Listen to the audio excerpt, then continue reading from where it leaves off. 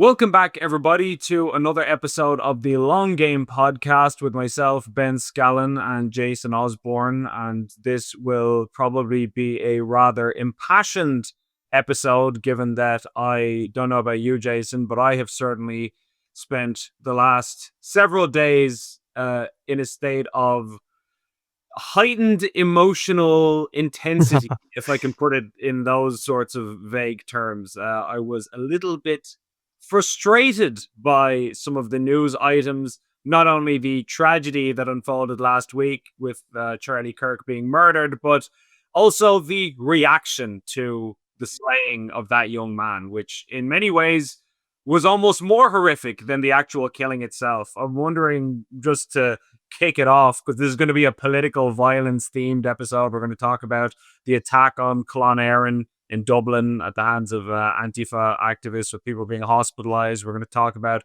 Micheál Martin saying that Ireland for the Irish is incitement to violence. And of course, we're going to talk about what's happening in America. But before we get into the subject in any kind of detail, what was your reaction to the events of the last several days as it pertains to Mr. Kirk?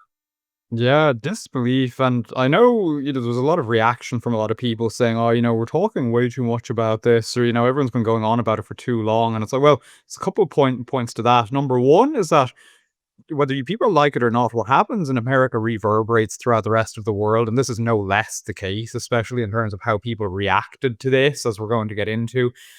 Another element to it is that, when George Floyd when he died back in 2020, there were protests and riots and minute silences in parliaments across in the Dáil. If I remember correctly, they had a minute silence for victims of institutional racism and things like that. I think I'm recalling that correctly. And there was no pushback from a lot of the whingers on this occasion. So there's a really we all remember Sinn Féin kneeling in front of the Black Lives Matter mural with the fists up. It almost seems like a parody now. Like you almost can't even recognize that world. But as you say, that is yeah. indeed the No, response. suffice to say, I do think it's one that's very much worth discussing. And as well as that, I don't know about you, Ben, but I have a lot of people, we obviously do have a lot of friends who are very outspoken about these things. And I think we're probably in the minority because of that, because I also have a lot of friends who aren't outspoken about their true opinions because they're afraid of sort of social pressure. And I had a number of people message me over the course of the past week, extraordinarily disturbed, not just by the murder, but even more so, and I also would say this is more so what I found disturbing with the reaction to it, because whereas you had people who were obviously gleeful about it and joyful about it. You had a lot of Laura Perrins wrote a great article earlier this week about sort of evil and callous reactions to this on TikTok and Blue Sky, all of these different places.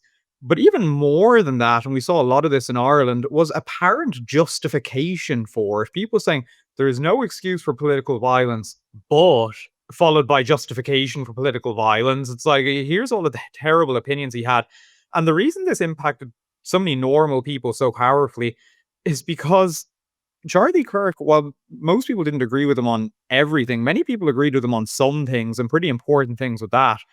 At that, I didn't, like, for example, I have no problem saying I would have disagreed with a lot of his foreign policy takes and things like that. But in terms of questions of like, yeah, same-sex marriage, abortion, religion, obviously, freedom of speech, absolutely, and not even, I should preface it as well, I wasn't a huge follower of Charlie Kirk. I didn't really listen or watch his stuff. I was aware of him, obviously, as an operator on the right in the US, but I was just sort of tangentially aware of him.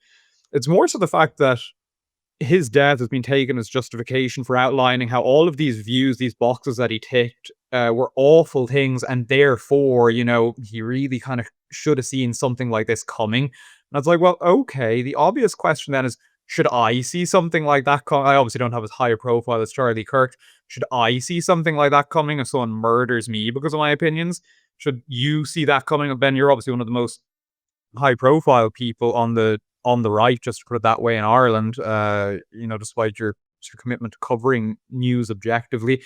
If you were to be killed as you were walking down the street, God forbid, would people be coming out and saying, well, look at the angle he takes, look at the angle Gript takes, and justifying it therefore? So this was one that hit really close to home. And then there were all the personal details as well, like the fact that his kids are very similar age to my kids and to your child, and say similar ages, wives of similar beliefs and everything. So it really was quite a symbolic incident, and one that very many people could project themselves into. And I've never had a news incident where loads of people got in touch with me and said, I don't really have anyone else to talk about this with, but I'm like absolutely horrified by the fact that loads of regular people seem to be justifying this, because I hold a lot of these opinions. So no wonder we're discussing it today, suffice to say.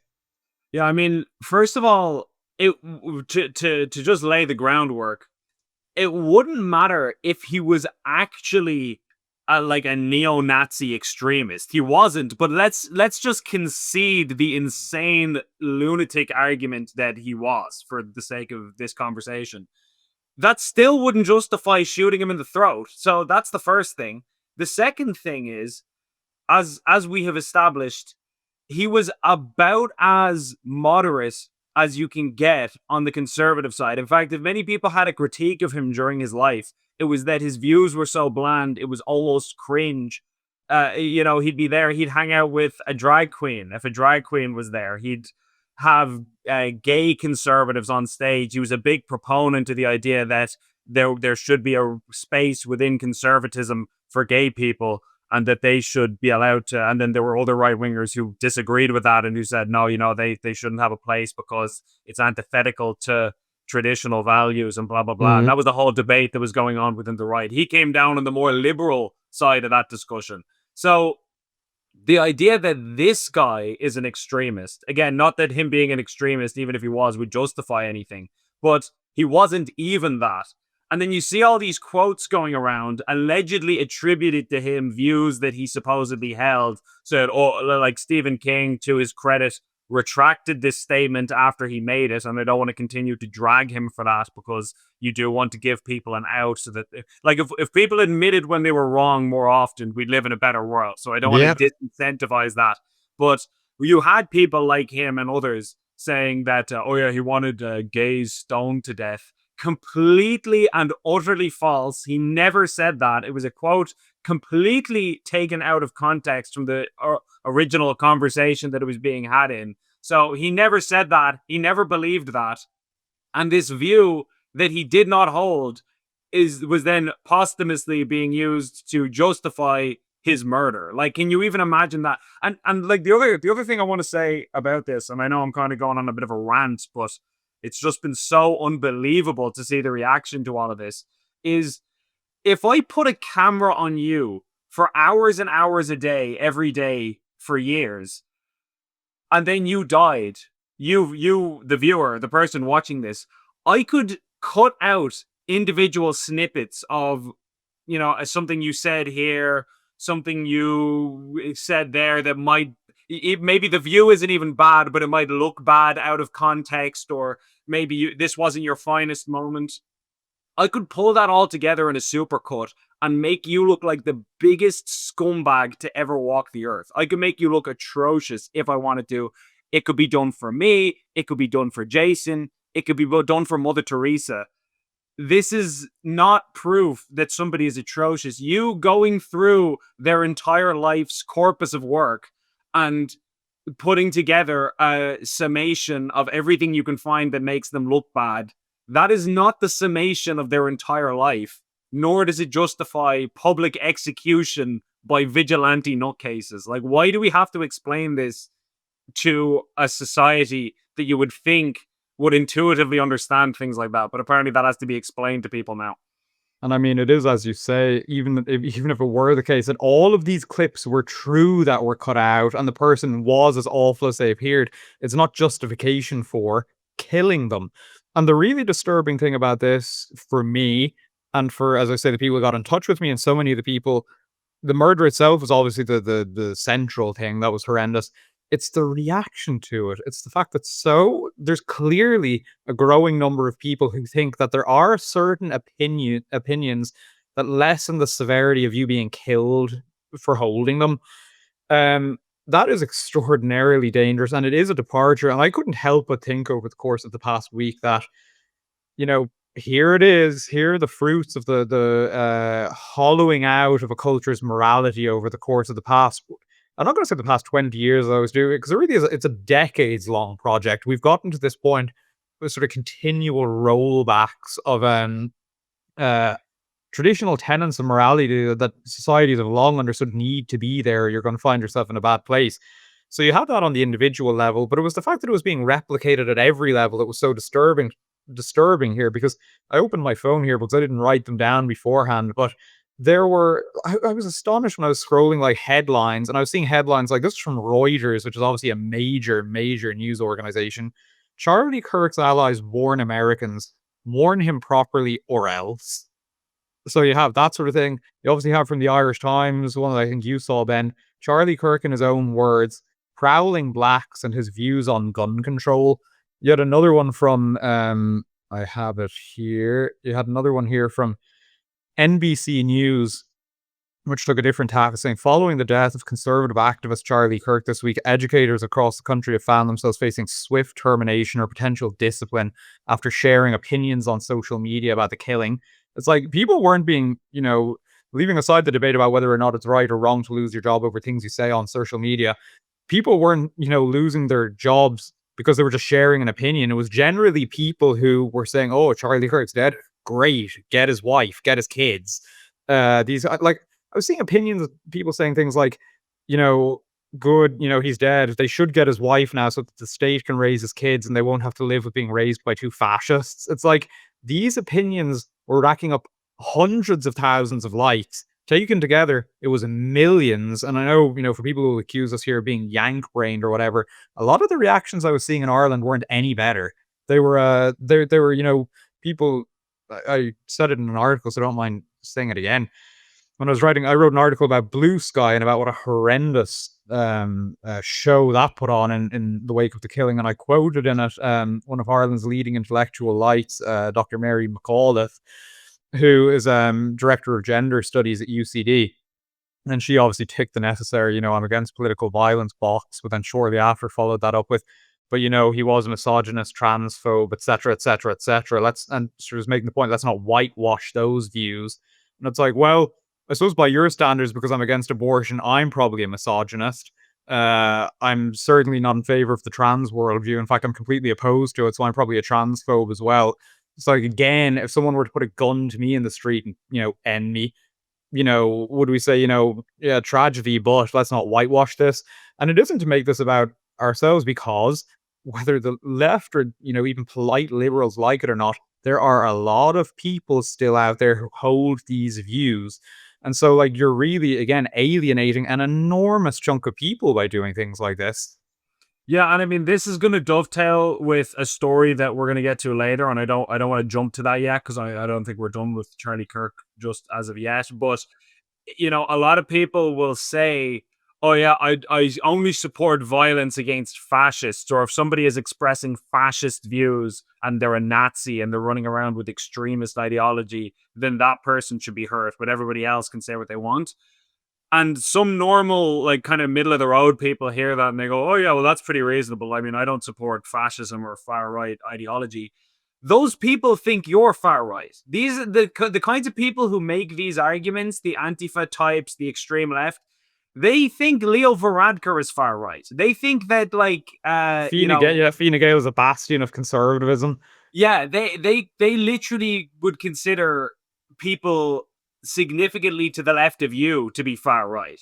So don't think that because they're saying that they're only interested in radical people that you're safe, because sure, I'm not a radical. They consider you to be a radical. It doesn't matter what you think you are. It matters what Yeah. they think you are. They thought that Charlie Kirk was this extreme fringe figure, even though he believed things that are held in common by the vast majority of people in America.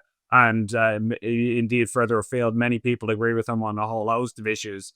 And they still gunned him down in the street like an animal. And by the way, the other point that has to be addressed is the gaslighting of trying to argue that his shooter was actually a right winger, that this was a right wing, which, like, think of the shamelessness of celebrating the guy's murder and then lying about who did it and saying actually it was you guys as well, as I dance on his grave and point and laugh at his grieving widow and children. Like this is the level of demonic sadism you're actually dealing with. And the reason we know, I mean, this shouldn't need to be said. I would hope that everybody watching this has common sense and can realize why this is such obvious garbage. But the guy engraved anti-fascist messaging on his bullet casings.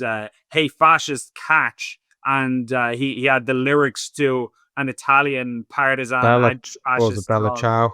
Exactly, yeah. So anti-fascist messaging. He was in a relationship with a transgender individual.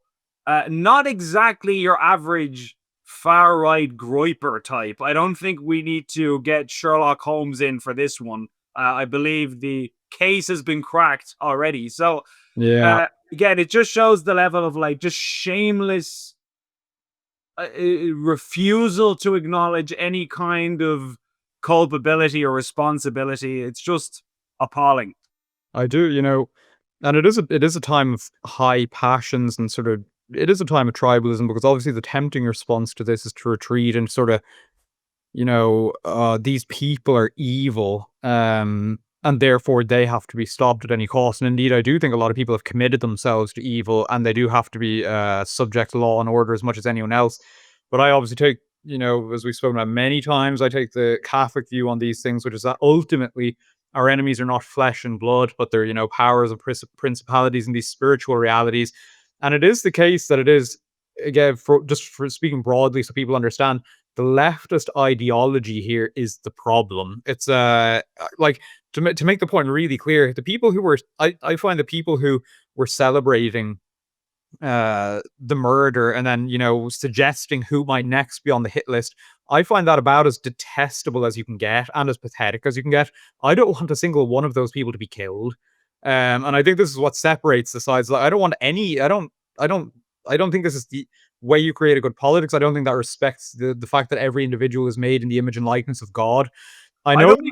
I don't even want Charlie Kirk's killer to be killed. I want him to go to jail. I want him to be thrown under the jail, and I'd like him to receive significant spiritual direction from a clergyman. That's the fate that I would wish for him. But and Uh, yeah, go on. Sorry. no, it's like it's funny because to bring up, yeah, Charlie Kirk's killer.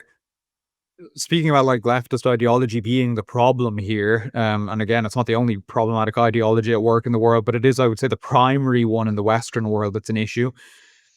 His situation is tragic. It's absolutely tragic. I mean, I know people were sort of prowling, his family's social media pages and things, trying to piece together where he was coming from, ideology, what sort of environment he'd been brought up in.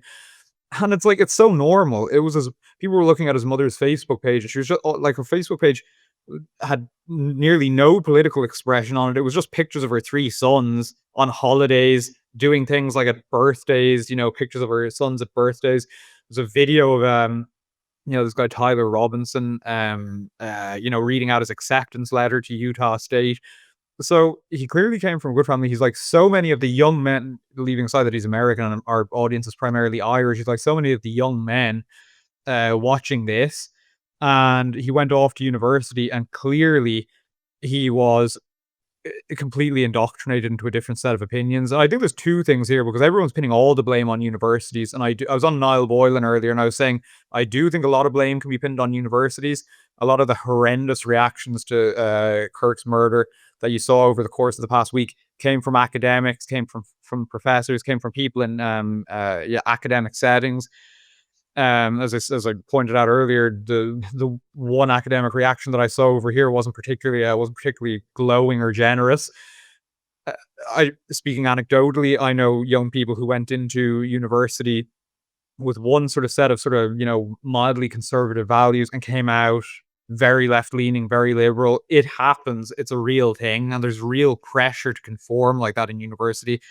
And that's not taken seriously enough in Ireland. I don't think it's taken seriously enough anywhere, but certainly not in Ireland. But the other aspect of this that I think isn't discussed enough is the role of social atomization and the internet in all of this. Because again, some of the indicators seem to be like some of the stuff engraved onto the bullets were like really niche memes. I would not be so. And this is obviously purely speculative. I would not be surprised in the slightest if pornography, sort of hardcore pornography, had some role to play in this. And some of the sort of more fetishistic subcultures on the internet, as appears to have been the sort of case with references to sort of like furry things and whatnot. So I do think that sort of university stewing pod of ideology and the internet in isolation are two absolutely toxic pillars. Yeah, absolutely. I think that the kind of, what I heard, and again, like some of this information is yet to be confirmed. We're hearing sort of reports being drip fed over the last few days, but I heard that one of his friends was theorizing that the shooters, the alleged shooters' friends, was theorizing that he did it to basically impress his social circle. You know, that you think if I take out this major conservative guy, then it'll be a huge source of credit. And you cannot divorce this from the Luigi Mangione shooting of the healthcare CEO in America, and the fact that he was met as a hero by so Yeah. many people saying this guy is fantastic and he's so handsome. He literally became a sex symbol after murdering a husband and father in cold blood in the street. Whatever you think about the healthcare industry and the like, whatever, I don't even care. Like, you just shot a guy in the back of the head as an extrajudicial execution on the street. And as I pointed out on Twitter, 100% of the people who support these killings and who cheer them on and who celebrate them, if you ask them on a political compass test, do you support the death penalty? They would say no. So you don't. And by the way, I don't support the death penalty. But to clarify their position,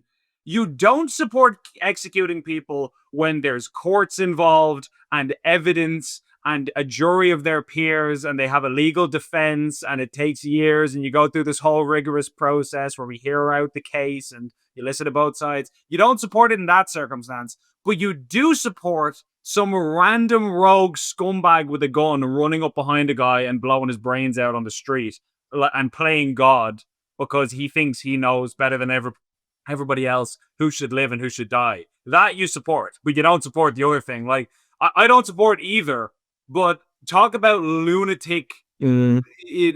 dysfunctional worldviews that these people adhere to. And I do think a lot of these people want to be really careful because you keep pushing, you are going to come to a place where people push back. And according to people who are sort of celebrating the murder, justifying it, according to your own logic, it would be valid for someone to come along and kill you because they find your views odious. So you do get to the I'm very sorry to interrupt, but like on that exact point, this is terrible for society. It's terrible from a humanity perspective. It's awful. It's ugly. It's something that we should never want. But even if you were a complete amoral psychopath who had no regard for anybody else, from a self-preservation perspective, would you not think this is probably not a good thing to normalize? If you're a left-winger, would you not think, well, if we start killing right, and by the way, again, I do not advocate for this. I do not hope for this. This will be horrifying, and God willing, we will avert anything remotely close to this. This is not something that we should ever be hoping for on either side. But if, God forbid, a civil war was to break out, or you started seeing tit for tat killings across the aisle, you would be caught up in that. Do you not understand that? Like, do you not realize, even for yourself, you should hope that these kinds of things, that the temperature is turned down and that these kinds of things are averted? Like, do you not have any self-preservation instinct? Even if you have no humanity, even an animal would think to protect itself. And apparently these people don't understand what they're actually doing to the order that we've created that is there for everyone's protection, them included.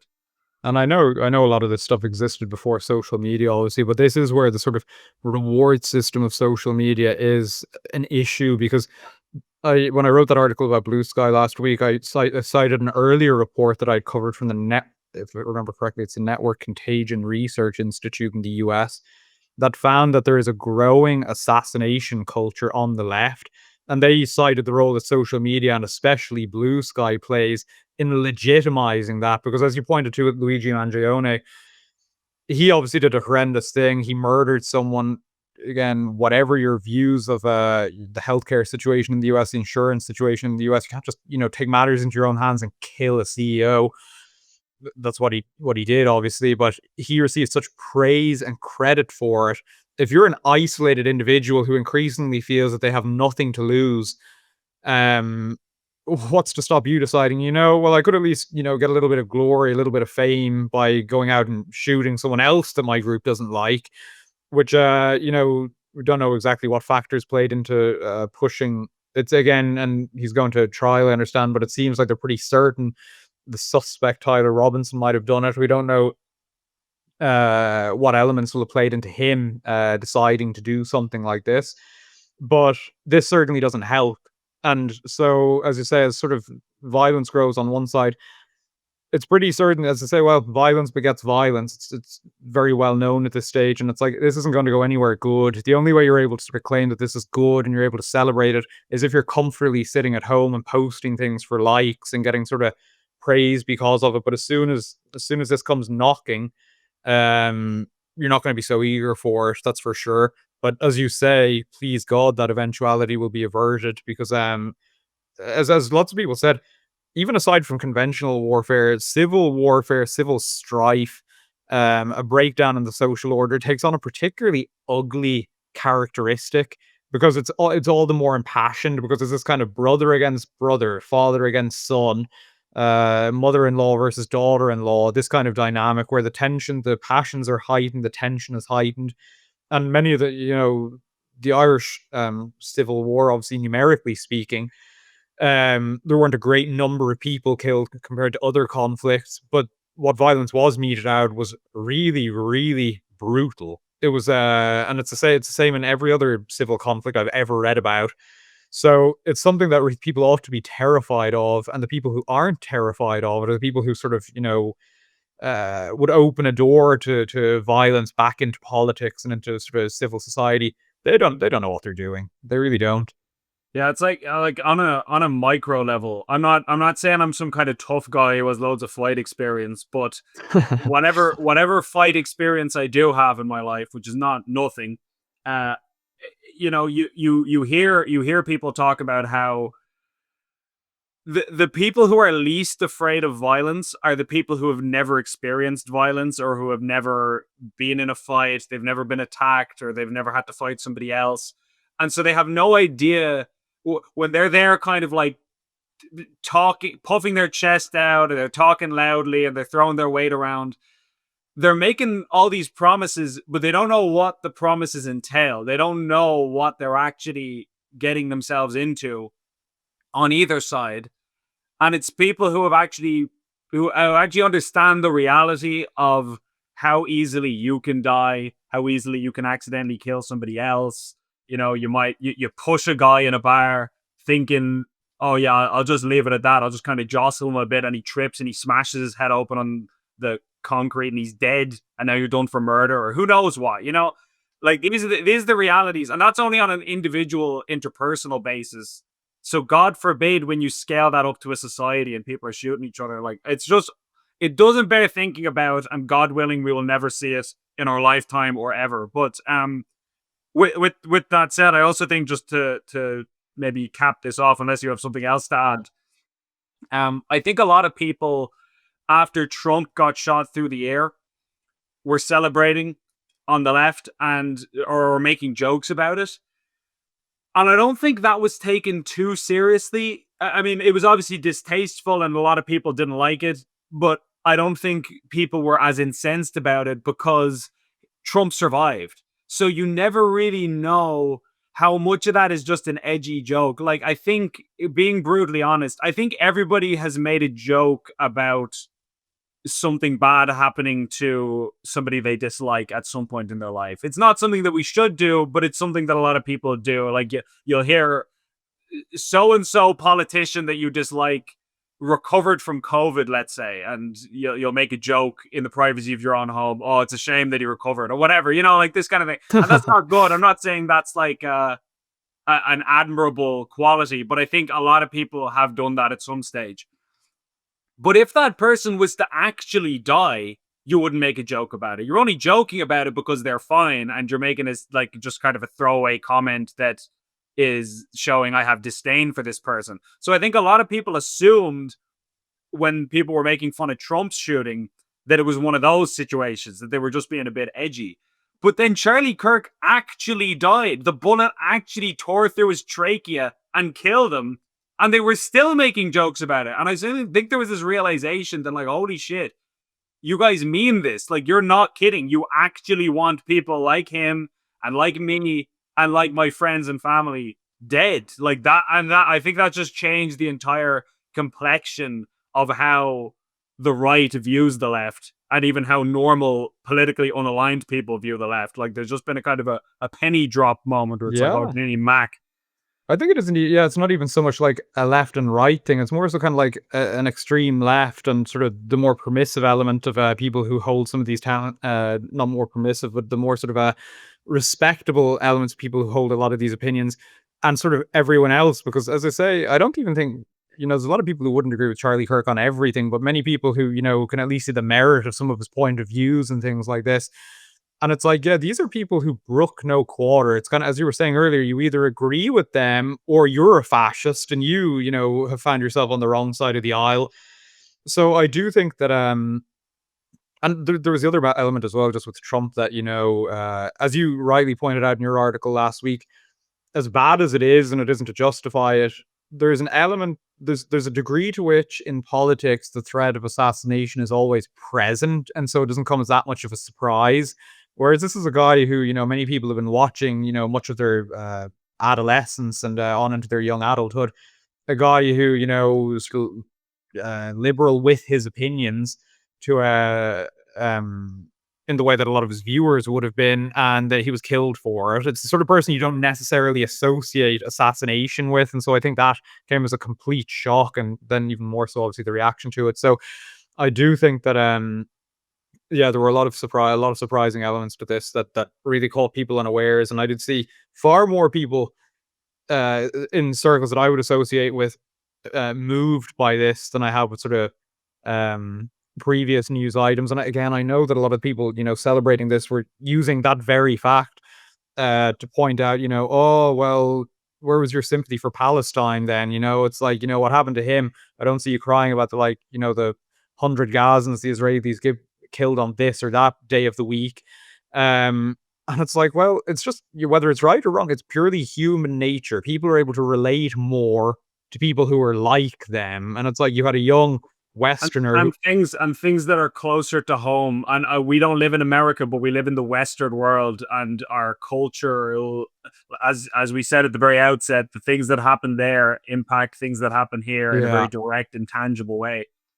And I mean, and again, not to draw into the Middle East too much, but I do think, I saw so many posts to the effect that, because obviously Charlie Kirk was very pro-Israel as far as I understand it.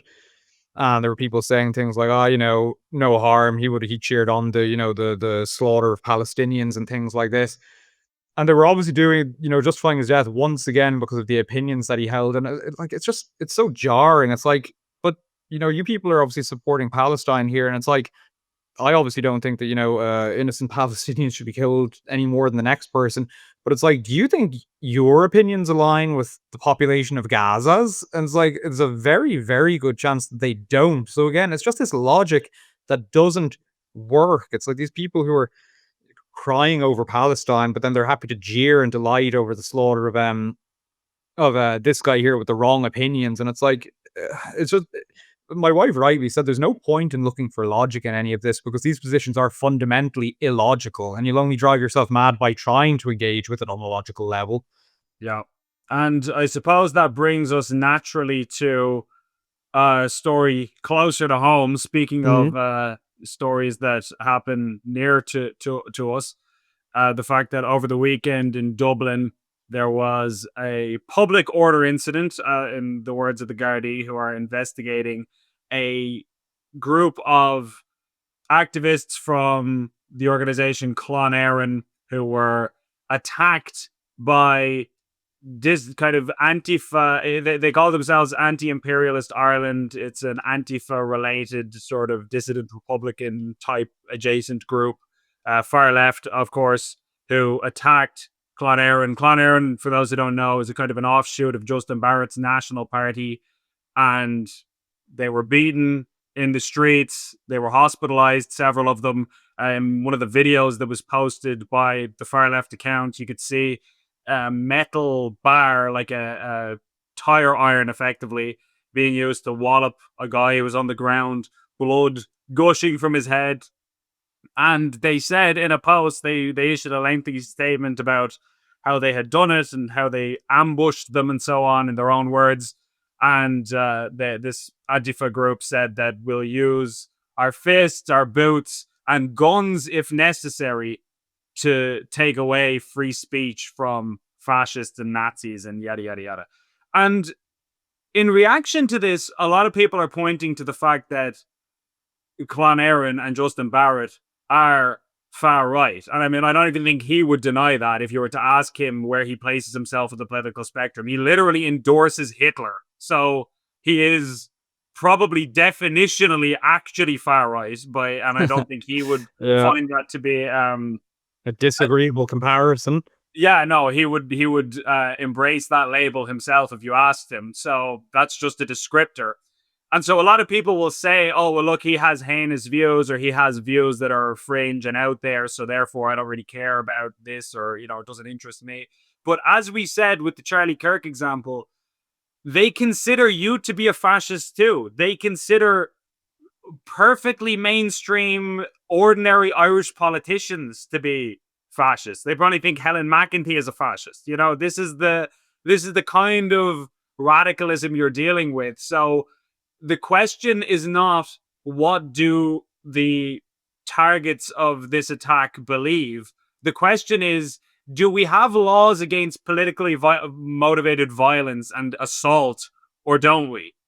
Like, I'm not actually particularly interested. When you look at the statute books, it doesn't say you're not allowed to bash people over the head with steel implements unless they believe things that most of us find offensive. You won't find that last part in the statute books. The law is the law, a crime is a crime, and if we normalize a situation where people get brutally attacked for holding opinions, even if we don't like those opinions, then that becomes the standard wherein things like Charlie Kirk end up becoming more likely. So it doesn't matter what you think of the people involved in this particular incident. The precedent is horrendous and unacceptable. And this is a group that was attacked already in Northern Ireland with hammers while they were trying to have their Ardèche at a hotel. About 30 or 40 guys came in and started bludgeoning people. A lot of people were hospitalized again in that incident. So people aren't willing to say anything about that. We've had no mainstream media coverage of it to date because they are a very controversial group with a very, frankly, offensive opinions that most of us do find repugnant. I certainly do. But the fact of the matter is, they have as much right. I mean, I'll put it this way. People before profit are Marxists. Marxism is responsible for hundreds of millions of people being killed and mass genocides and starvations across the world. That is an extremist ideology. I don't think that people before profit should be attacked in the streets, nor does, any right-thinking person. Sinn Féin are there. Ogre Sinn Féin posted a picture of a Soviet soldier during World War II waving the Soviet flag and so on. So not even just endorsing communism, but endorsing the Soviet Union. And, usually they try to divorce themselves from that because the Soviet Union was such a genocidal kit. They usually say, oh, no, well, we support communism, but that wasn't real communism, and blah, blah, blah. They're just full on going in on the Stalin endorsement. So again, does that mean that people should be allowed to attack Sinn Féin or Ogre Sinn Féin members in the streets? I don't think so. I presume you watching this don't think so. So if there is space for radical left-wing nut jobs within the Irish political scene, which evidently we have all agreed there is tacitly, and these people are never off RTE, then right-wing nut jobs, if that's what they want to do, should be allowed to participate in society within the bounds of the law as much as anybody else. It's not for vigilantes to determine what ideologies individuals should be allowed to hold or not hold. No, 100%. And, again, with so much that's been disturbing about the past week, there is just a disturbing blindness on this in Ireland. Whereas you rightly point out, there is endless coverage about the far right in Ireland. We're all well aware of it. No need to rehash it. As you say, this was openly posted by the group that was seems to have been involved in it. Um, there's no mainstream reaction for all, and hardly anyone was talking about it. The vast majority of talk about it that I've seen on social media were people celebrating it, and if you try to argue back against it, they're like, "Oh wait, but these people are literally Nazis that they were attacking. You have an issue with that?" It's the same with, as you mentioned, the Ardèche and the what was it, the National Party Ardèche back in 2022, when they were attacked at that by, what was it, about 40 people with weapons. There was next to no reaction to that, and the sort of prevailing sentiment at the time was this kind of smirk with like, "Huh, they had it coming," and it's like, that isn't okay. And I really do hope that this attitude isn't influencing the guards, because the statement that I read your article, obviously, and the statement that the guards gave you struck me as being really like limp-wristed and lukewarm. It was like, upon arrival of Gardaí at the scene, those involved had dispersed, and then they just said investigations into this matter are ongoing. And it's like, I really do hope investigations into the matter are ongoing, because the posts, like the really open and explicit posts that this anti-imperialist Action Ireland put up, were pretty explicit about the fact that there's a lot of organization and networking goes into this. Like, it sounds to me that if the guards were interested, there's a lot of material there for them to look into. There's probably a fairly wide ring available for them to bust. Like, the posts were saying things like a Glen Erin had their meeting or rally or whatever it was. They said a community response was, this is AIA Ireland. And so a community response was put together by local working class youth, Republicans, and anti-fascists. And they speak about how this was a decisive victory for anti-fascists. Neo-Nazis will never be able to organize openly in Dublin. They said today's direct action shows what is possible when Republicans work together in an organized and disciplined way. It's like, that's properly militant language. That shows intention to do it again if needs be. I know this is so kind of done to death, and it's almost cringe at this point to have to say this, but just for the sake of saying it, because like it's always worth reminding ourselves of this.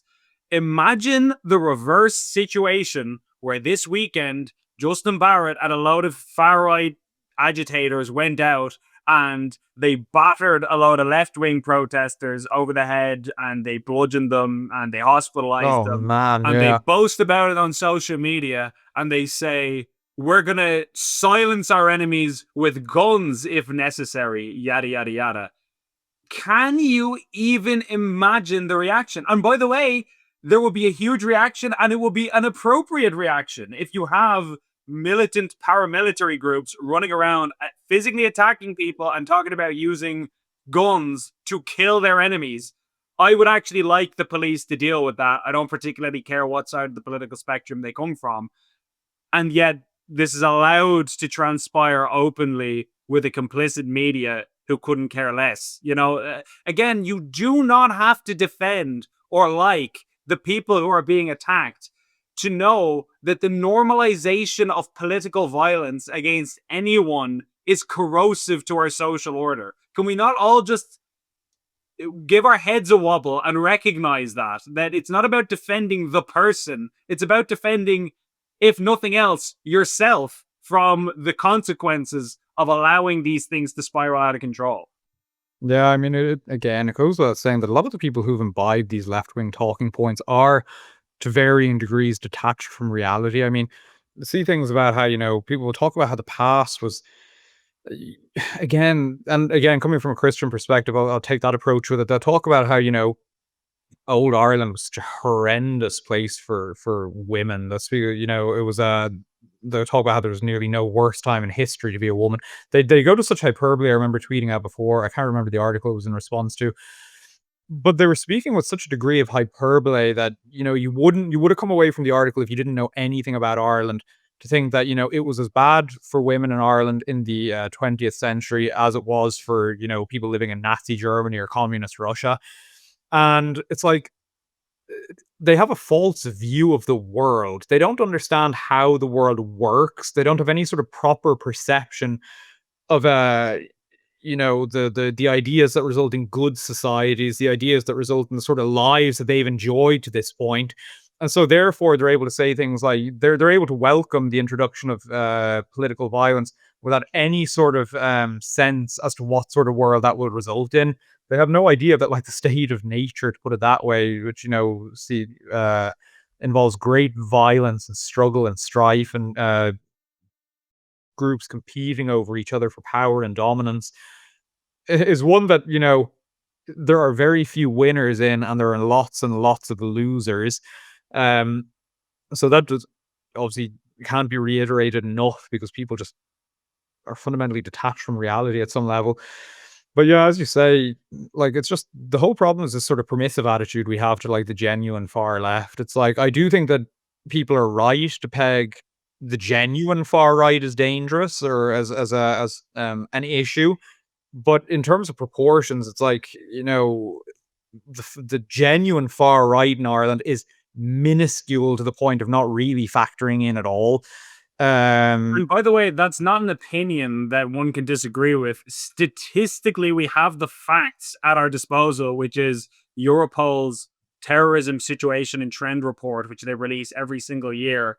And if you look at that over the last 10 years or so, about 76% of terror arrests in Ireland were dissident Republicans, which it identifies as being socialists who are identified with far left extremists and Marxists, so clearly of the left.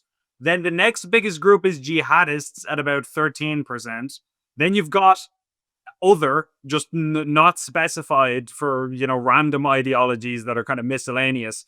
And then in last place, the smallest, least statistically significant form of terror arrest in Ireland is right wing. So that's not to say it's not a problem. That's not to say when it does happen that the police shouldn't crack down on it and that those people shouldn't be imprisoned. Of course they should. It's just to say we spend 80% of our time talking about the smallest part of the problem when you've got these other huge issues running riot and nobody gives a rat's. That's the well, problem here. this segues obviously nicely into the next thing we want to discuss because it is no wonder there's so much focus given to the far right when the definition of far right is ballooned to encompass, a whole bunch of things that normal people agree with. The last thing we wanted to discuss, obviously, was Micheál Martin's statement that saying Ireland for the Irish is tantamount to inciting violence. It's like, I would say a majority of people agree with that. They may not agree with how a working class person will put Ireland for the Irish, for want of a better way of phrasing it, but they'll agree with the sentiment. I mean, you see the opinion polls, it's like near 80% of people think immigration into Ireland is too high, and they're completely right to think so because they're backed by the facts, they're backed by their own experience. And yet you have Micheál Martin saying that people sort of, expressing this sentiment are essentially inciting violence, and so therefore they're dangerous. Therefore, all of our attempts to crack down on them are justified. So it's no wonder there's disproportionate focus given to the far right when the net keeps being cast wider as to what constitutes the far right and a danger to society.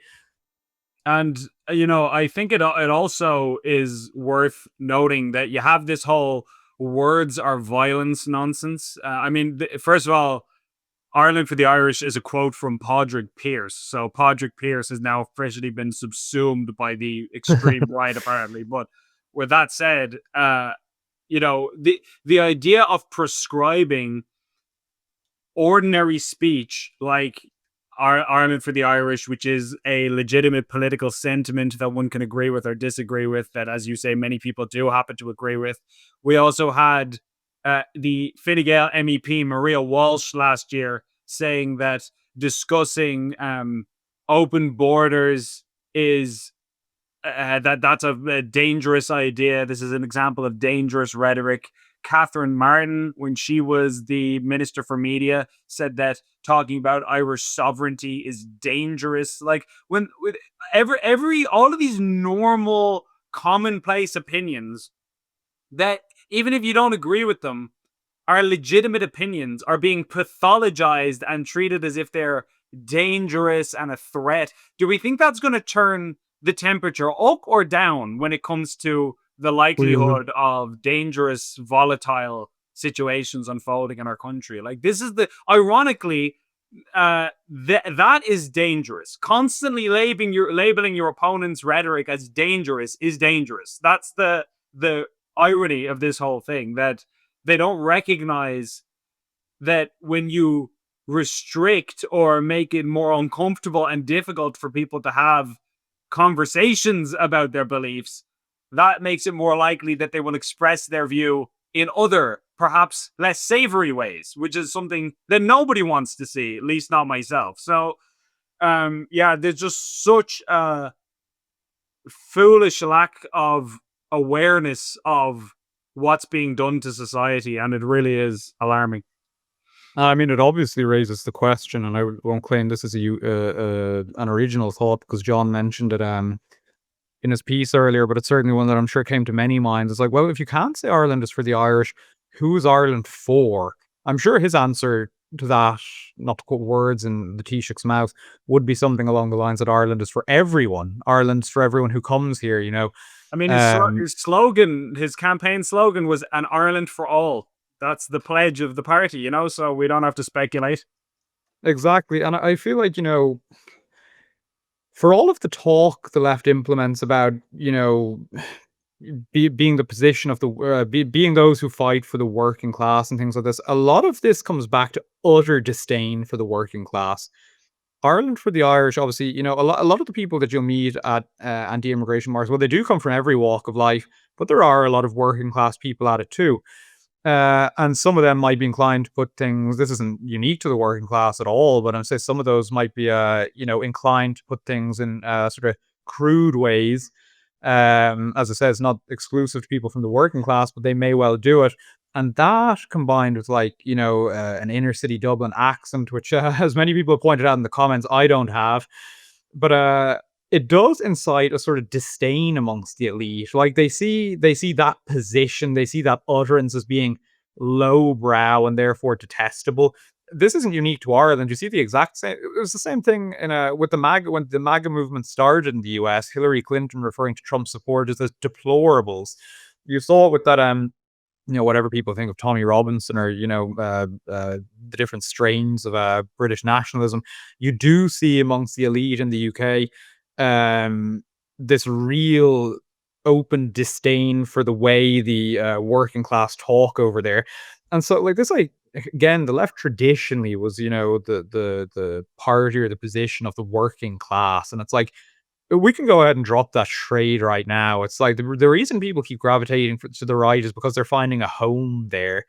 Um, I mean, sorry to interrupt you, but like I tweeted that you know, your average construction worker has views that are a decent bit to the right of Charlie Kirk, and I got a lot of responses from people being like, "Oh my gosh, he's being so disrespectful to working class people, or he's what a condescending view of them, or whatever."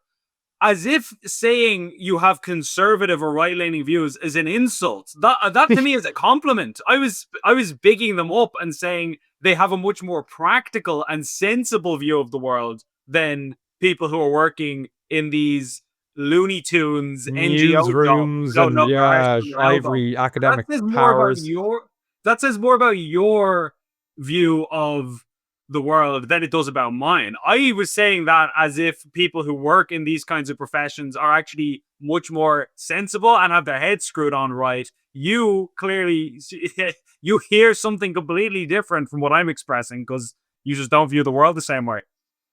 Yeah, so I think that suffice to say, me holds uh categorizing Ireland for the Irish as incitement to violence is it's not going to see Ireland for the Irish said any less. If any, it's a fundamental misunderstanding of the dynamics at play. If anything, it's going to prove more of a rallying point for people who disagree with the direction his governance has taken Ireland in. But it's again, it falls into the same pattern that we've been speaking about. This episode may well be titled "The War on the Wrong Opinion," the war on the wrong opinions, because it's just this. You would think that something as heinous as the way Charlie Kirk was murdered would be a fairly unifying thing. And indeed, there were figures on, the American left that really seemed to get it. Like, I listened to that statement that as Vermont Senator Bernie Sanders put out, who, very prominent on the left, that host of the Young Turks, how do you say his name? Cenk Unger. Cenk Uygur, yeah. Cenk Uygur, yeah, exactly. Gosh, look at my poor pronunciation. But people who put out like properly decent statements saying like, this is horrendous, full stop. And that there's no place in political discourse for violence like this. And indeed, where political discourse ends is when you bring violence into the equation. So there are people who get it, but for whatever reason in Europe, and certainly here, the trend seems to be to double down on sort of the trends that got us to this place. And like, I would just pull up one last article. I don't have it here in front of me, so you'll have to bear with me a second. But just to illustrate the point that people really aren't getting it, there was an article this morning in the Irish Times, I believe. I have it here, by Una Mullally, about how we need to learn the lessons from the US. We cannot accept political violence as inevitable. You might think, obviously, that this is an article decrying political violence wherever it comes from, but not 4 paragraphs into it does she start outlining something that looks very much like the mainstream's classification of the far right. She's talking about how terrible it is, and she's talking about this movement that's been built online and off that's attempting to destabilize democracy by pushing conspiracy theories, attacking minorities to divide people and disrupt social cohesion, and engaging in political violence. And then the 4th paragraph here, she says, there have been semantic disagreements regarding how to characterize what is a seemingly nebulous movement. It promulgates racist violence, anti-immigration protests, online disinformation and hate, conspiracy theorists, fascist agitators, far-right political groupings, and anti-LGBTQ plus hysteria. I'm not going to read any further because you just get the point. It's like, this is obviously coming. She explicitly said this article was coming after what took place in the US, in which the left is fundamentally the problem. The left was fundamentally the response, the problem in the response to it.